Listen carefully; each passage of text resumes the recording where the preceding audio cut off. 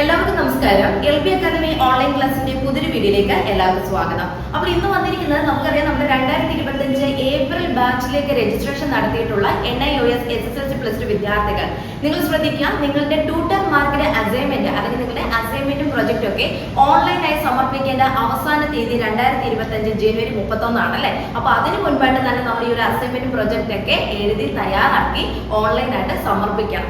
അപ്പൊ ഈ ഒരു അസൈൻമെന്റും പ്രൊജക്റ്റും എങ്ങനെയാണ് എഴുതേണ്ടത്, അല്ലെങ്കിൽ അസൈൻമെന്റ് പ്രൊജക്റ്റ് ഒക്കെ എഴുതി തയ്യാറാക്കുമ്പോൾ നിങ്ങൾ എന്തൊക്കെ കാര്യങ്ങൾ ശ്രദ്ധിക്കണം, ഇതാണ് ഇന്നത്തെ വീഡിയോയിൽ നമ്മൾ ഉൾക്കൊള്ളിച്ചിരിക്കുന്നത്. സോ വീഡിയോയിലേക്ക് പോകുന്നതിന് മുൻപായിട്ട് നമ്മുടെ ചാനൽ ആദ്യമായിട്ട് ആരെങ്കിലും കാണുന്നവരുണ്ടെങ്കിൽ ചാനൽ ഒന്ന് സബ്സ്ക്രൈബ് ചെയ്യുക, ലൈക്ക് ചെയ്യുക, ദെൻ ഷെയർ ചെയ്യുക.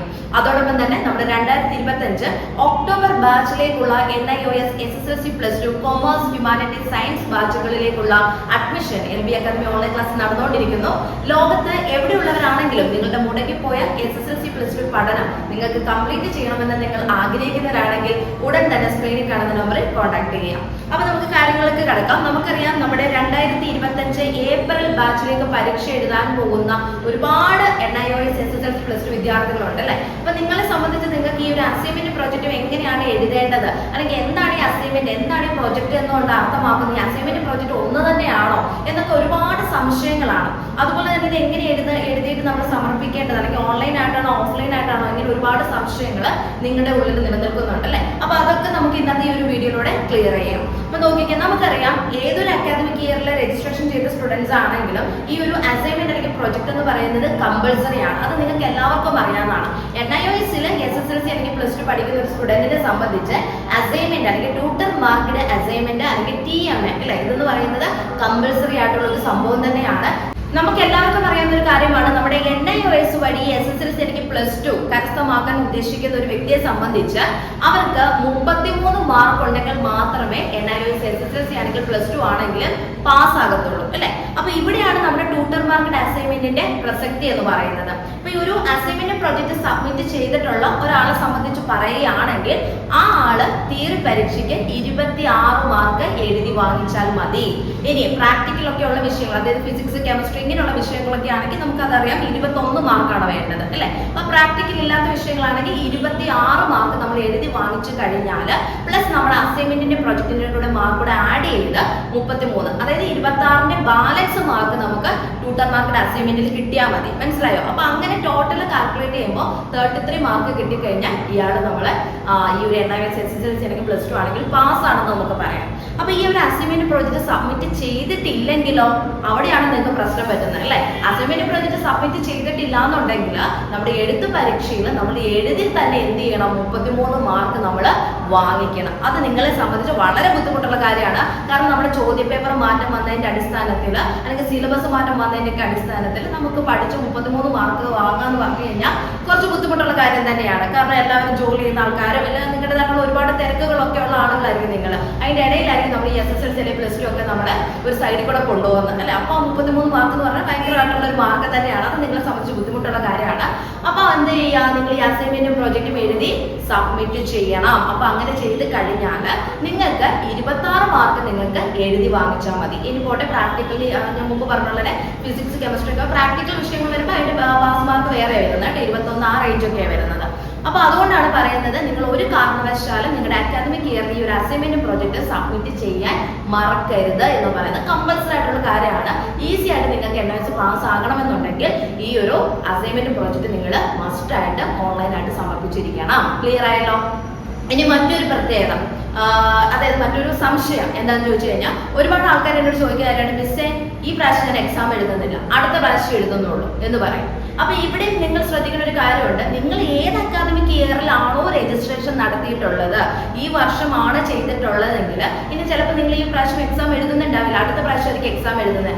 അത് കുഴപ്പമില്ലെന്ന്, നിങ്ങൾ എന്ന് വേണമെങ്കിലും പരീക്ഷ എഴുതിയോ. കാരണം NIOSൽ രജിസ്ട്രേഷൻ ചെയ്ത് കഴിഞ്ഞാൽ 5 വർഷക്കാലത്തേക്ക് നമുക്ക് ഒരു കാലാവധി ഉള്ളതാണ്. അപ്പൊ എപ്പോൾ വേണമെങ്കിൽ നിങ്ങൾക്ക് പരീക്ഷ എഴുതാം. പക്ഷേ ഏത് അധ്യയന വർഷത്തിലാണോ നിങ്ങൾ രജിസ്ട്രേഷൻ ചെയ്തിരിക്കുന്നത് ആ അധ്യയന വർഷത്തിൽ തന്നെ നിങ്ങളുടെ ട്യൂട്ടർ മാർക്കിന്റെ അസൈൻമെന്റ് നിങ്ങൾ എഴുതി സബ്മിറ്റ് ചെയ്തിരിക്കണം. അതല്ലാതെ ഞാൻ അടുത്ത പ്രാവശ്യമാണ് പരീക്ഷ എഴുതുന്നത് എന്ന് പറഞ്ഞിട്ട് ഈ വർഷം രജിസ്റ്റർ ചെയ്ത് അടുത്ത പ്രാവശ്യം എക്സാം എഴുതാനായിട്ട് ഇരിക്കുന്ന ഒരാളെ സംബന്ധിച്ച് നിങ്ങൾ എന്താണ് അടുത്ത പ്രാവശ്യം ആയിരിക്കും ചിലപ്പോൾ അസൈൻമെന്റ് പ്രോജക്റ്റ് വെക്കാൻ ഉദ്ദേശിക്കുന്നത്. അങ്ങനെ ചെയ്യരുത്. അങ്ങനെ ചെയ്ത് കഴിഞ്ഞാൽ നിങ്ങൾക്ക് ഫൈനും കാര്യങ്ങളൊക്കെ ഉണ്ടാവും. അതുകൊണ്ട് നിങ്ങൾ പരീക്ഷ എഴുതിയാലും ഇല്ലെങ്കിലും ഈ അധ്യയന വർഷത്തിൽ തന്നെ നിങ്ങൾ ഈ അസൈൻമെന്റ് പ്രോജക്റ്റ് ഓൺലൈൻ ആയിട്ട് സമർപ്പിച്ചിരിക്കണം. വെറുതെ കിട്ടുന്ന 20 മാർക്ക് കളയേണ്ട ആവശ്യമുണ്ടോ? ഇല്ല അല്ലേ? അപ്പൊ അത് നന്നായിട്ട് അസൈൻമെന്റ് പ്രോജക്റ്റ് ഒക്കെ നന്നായിട്ട് എഴുതി അത് ഓൺലൈനായിട്ട് സമർപ്പിച്ചു കഴിഞ്ഞാൽ ഈസി ആയിട്ട് 20 മാർക്ക് നിങ്ങൾക്ക് കരസ്ഥമാക്കാൻ സാധിക്കും. ഇനി നിങ്ങളുടെ സംശയം എന്ന് പറയുന്നത് അസൈൻമെന്റ് പ്രോജക്റ്റ് മലയാളത്തിൽ എഴുതണോ ഇംഗ്ലീഷിൽ എഴുതണോ എന്നുള്ളതാണ്. അപ്പൊ ഒരു സ്റ്റുഡന്റിനെ സംബന്ധിച്ച് പറയുകയാണെങ്കിൽ 10ാം ക്ലാസ് വിദ്യാർത്ഥികളെ സംബന്ധിച്ച് നിങ്ങൾക്ക് ഇംഗ്ലീഷിലും മലയാളത്തിലും നിങ്ങൾക്ക് നിങ്ങളുടെ മീഡിയം അനുസരിച്ച് തന്നെ അസൈൻമെന്റ് പ്രോജക്റ്റും ഓൺലൈനായിട്ട് സമർപ്പിക്കാവുന്നതാണ്. യാതൊരു പ്രശ്നമില്ല. എന്നാൽ സീനിയർ സെക്കൻഡ് ഇയർ പ്ലസ് 2 വിദ്യാർത്ഥികളെ സംബന്ധിച്ച് നിങ്ങൾ ഇംഗ്ലീഷിൽ തന്നെ വേണം നിങ്ങളുടെ അസൈൻമെന്റ് പ്രോജക്റ്റും എഴുതി സമർപ്പിക്കാനായിട്ട്. ക്ലിയർ ആണല്ലോ? അപ്പൊ ആ ഒരു കാര്യം ക്ലിയർ ആയിട്ടുണ്ട്. ഇനി അസൈൻമെന്റ് പ്രോജക്റ്റ് എന്നാൽ എന്താണെന്നുള്ളത് പറയാം. നമുക്കറിയാം നമ്മൾ പഠിക്കുന്ന സിലബസിന്റെ അടിസ്ഥാനത്തിൽ ഒരു 6 ക്വസ്റ്റ്യൻസ് ഉണ്ടാവും. മനസ്സിലാകുന്നുണ്ടല്ലോ? 6 ക്വസ്റ്റ്യൻസിന് ആൻസേഴ്സ് എഴുതി കൊടുക്കുക എന്നുള്ളതാണ് അസൈൻമെന്റ് പ്രോജക്റ്റ് കൊണ്ട് അർത്ഥമാക്കുന്നത്. അപ്പൊ അതിന് ഒന്നാമത്തെ ചോദ്യത്തിന് 2 ഓപ്ഷൻ ഉണ്ടാവും. നിങ്ങൾക്ക് എളുപ്പമുള്ള ക്വസ്റ്റ്യൻ ഏതാണോ അത് നിങ്ങൾക്ക് സെലക്ട് ചെയ്ത് ആൻസർ എഴുതാവുന്നതാണ്. രണ്ടാമത്തെ ചോദ്യം എടുക്കുക. രണ്ടിനും ഈ പറഞ്ഞ പോലെ തന്നെ ഓപ്ഷൻ ഉണ്ടാവും. അപ്പൊ 1 തൊട്ട് 6 വരെയുള്ള ചോദ്യങ്ങൾക്കും എന്താണ് ഓപ്ഷൻസ് ഉണ്ടാവും. ഇഷ്ടപ്പെട്ട ചോദ്യങ്ങൾ നിങ്ങൾക്ക് ഈസി ആയിട്ട് തോന്നുന്ന ചോദ്യം സെലക്ട് ചെയ്ത് നിങ്ങൾക്ക് ആൻസർ എഴുതാവുന്നതാണ്. അപ്പൊ ഇവിടെ ശ്രദ്ധിക്കേണ്ടത് നിങ്ങൾ ഏത് പേപ്പറിലാണ് എഴുതേണ്ടതെന്ന് ചോദിച്ചു കഴിഞ്ഞാൽ A4 സൈസ് പേപ്പറിൽ വേണം ഈ ഒരു അസൈൻമെന്റ് പ്രോജക്റ്റ് എഴുതി തയ്യാറാക്കാനായിട്ട്. അപ്പൊ അത് ഡബിൾ സൈഡ് എഴുതി നോക്കി യാതൊരു പ്രശ്നമില്ല. കാരണം നമ്മൾ ഓൺലൈൻ ആയിട്ടാണ് സമർപ്പിക്കുന്നത്. സ്കാൻ ചെയ്ത് PDF ആയിട്ടാണ് അപ്ലോഡ് ചെയ്യുന്നത് അല്ലെ? അപ്പൊ അതുകൊണ്ട് ഡബിൾ സൈഡ് എഴുതി നോക്കി യാതൊരു കുഴപ്പമില്ല.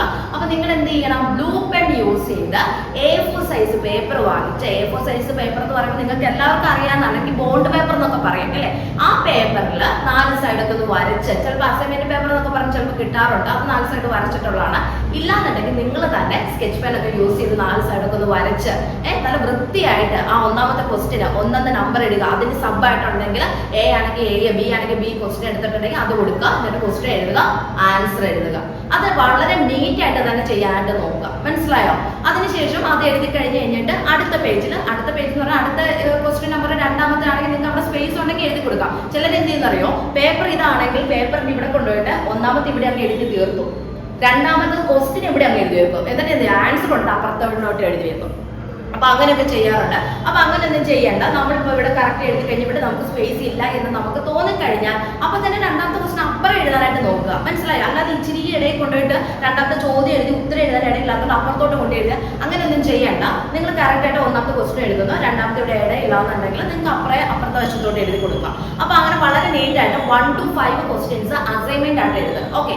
6ാമത്തെ ചോദ്യമാണ് നമ്മുടെ പ്രൊജക്ട് എന്ന് പറയുന്നത്. അത് നമ്മൾ സെപ്പറേറ്റ് പേപ്പർ എടുത്ത് വേണം എഴുതാനായിട്ട്. മനസ്സിലായോ? അപ്പൊ ചിലരെന്ത് ചെയ്യും? കണ്ടിന്യൂസ് ആയിട്ട് അങ്ങ് എഴുതി അങ്ങ് പോകും. അങ്ങനെ ചെയ്യേണ്ട. 6ാമത്തെ പ്രൊജക്ട് എഴുതുമ്പോൾ നമ്മൾ സെപ്പറേറ്റ് ഒരു പേപ്പറിൽ എടുത്ത് വേണം ചെയ്യാനായിട്ട്. എന്നിട്ട് എന്ത് ചെയ്യണം? എന്നിട്ട് ഇതിന് 2നും നമ്മൾ ഫ്രണ്ട് പേജ് വെക്കാം. ഇനി ഫ്രണ്ട് പേജ് വെക്കുമ്പോൾ എന്തൊക്കെ കാര്യങ്ങൾ ശ്രദ്ധിക്കണം എന്ന് ചോദിച്ചു കഴിഞ്ഞാൽ ഇതാണ് നമ്മുടെ ഇവിടെ അസൈൻമെന്റ് പ്രൊജക്ട് തയ്യാറാക്കിയ ഒരു സ്റ്റുഡന്റിന്റെ ആണ് കേട്ടോ. ഇതുണ്ടോ? എത്ര നീറ്റ് ആയിട്ടാണ് എഴുതിയിരിക്കുന്നതൊക്കെ ഫ്രണ്ട് പേജ് ഒക്കെ കണ്ടോ? വളരെ വൃത്തിയായിട്ട് സ്കെച്ച് പെൻ യൂസ് ചെയ്ത് വളരെ നല്ല രീതിയിൽ കണ്ടോ കൊടുത്തിരിക്കുന്നത് കണ്ടോ? ക്വസ്റ്റ്യൻസ് തൊട്ട് ഞാൻ കാണിച്ചു തരാം. എത്ര മനോഹരമായിട്ടുള്ള രീതിയിലാണ് എഴുതിയിരിക്കുന്നത് എന്നുള്ളത് കാണാവുന്നതേ ഉള്ളൂ അല്ലേ? ക്വസ്റ്റ്യൻ നമ്പർ 1, 2, 3 കണ്ടോ എഴുതിയിരിക്കുന്നത്. അതെല്ലാം കഴിഞ്ഞ് 5 വരെയുള്ള ചോദ്യങ്ങൾ കംപ്ലീറ്റ് ആയി കഴിഞ്ഞപ്പോൾ ആളുടെ പ്രൊജക്റ്റ് വന്നു അല്ലേ? ഇപ്പൊ പ്രൊജക്റ്റിന് ഫ്രണ്ട് പേജ് വെച്ചിട്ടുണ്ട്. അതിനുശേഷം നോക്കുക പിന്നെ നമ്മൾ എന്താണ് ആ പ്രോജക്റ്റിന്റെ കാര്യങ്ങളൊക്കെ വളരെ വൃത്തിയായിട്ട് തന്നെ എഴുതിയേക്കുന്ന കണ്ടോ. അപ്പൊ ഇത് എല്ലാം കഴിഞ്ഞു, പ്രോജക്റ്റും കഴിഞ്ഞു. അപ്പൊ ഇങ്ങനെ വേണം അസൈൻമെന്റും പ്രോജക്റ്റും തയ്യാറാക്കാൻ.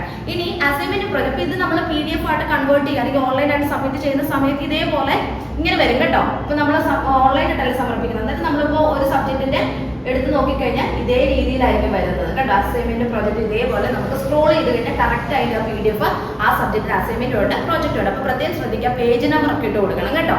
ഇനി അതുപോലെ തന്നെ നിങ്ങൾക്ക് നമ്മുടെ NIOSന്റെ വെബ്സൈറ്റിൽ നിന്ന് അസൈൻമെന്റ് സബ്മിഷൻ റെസിപ്റ്റ് ഒക്കെ കിട്ടും. അതൊക്കെ ഒന്ന് ഡൗൺലോഡ് ചെയ്ത് അതൊക്കെ നമ്മുടെ അസൈൻമെന്റിന്റെ ഫ്രണ്ട് പേജിലൊക്കെ ഒന്ന് സ്ലിപ്പ് ഒന്ന് വെച്ച് കൊടുക്കുകയാണെങ്കിൽ കുറച്ചുകൂടെ നീറ്റ് ആയിരിക്കും. കാരണം അത് കമ്പൾസറി ആയിട്ടുള്ള സംഭവമാണ്. ഇനി എത്രത്തോളം സ്റ്റുഡൻസ് അങ്ങനെയൊക്കെ ചെയ്തിട്ടുണ്ടെന്ന് എനിക്കറിയത്തില്ല. നമ്മളിവിടെ വളരെ കൃത്യമായിട്ടുള്ള രീതിയിലാണ് എല്ലാ സ്റ്റുഡൻസിനെ കൊണ്ട് അസൈൻമെന്റ് പ്രോജക്റ്റ് ഒക്കെ ഫോളോ അപ്പ് ചെയ്യിപ്പിച്ച് മുമ്പോട്ട് പോകുന്നത്. അതുകൊണ്ട് ഞാൻ ആ ഒരു രീതിയിലൊക്കെയാണ് കാര്യങ്ങൾ ഇവിടെ കൊണ്ട് സ്റ്റുഡൻസിനെ കൊണ്ട് ചെയ്യിപ്പിക്കാറുള്ളത്. ഇനി നിങ്ങളുടെ ഇൻസ്റ്റിറ്റ്യൂഷനിലൊക്കെ എങ്ങനെയാണെന്നുള്ളത് എനിക്കറിയില്ല. അപ്പോൾ അവരുടെ നിർദ്ദേശപ്രകാരം നിങ്ങൾ കാര്യങ്ങൾ ചെയ്യുക.